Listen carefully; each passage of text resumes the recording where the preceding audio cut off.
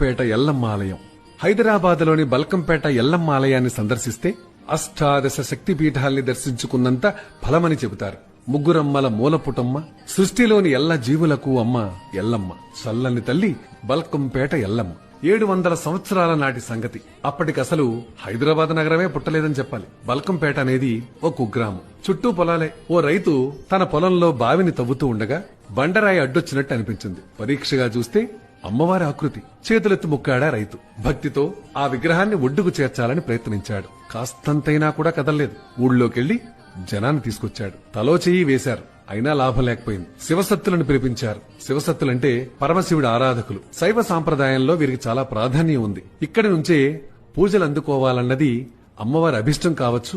దైవ నిర్ణయాన్ని కాదనడానికి మనం ఎవరం అసలు?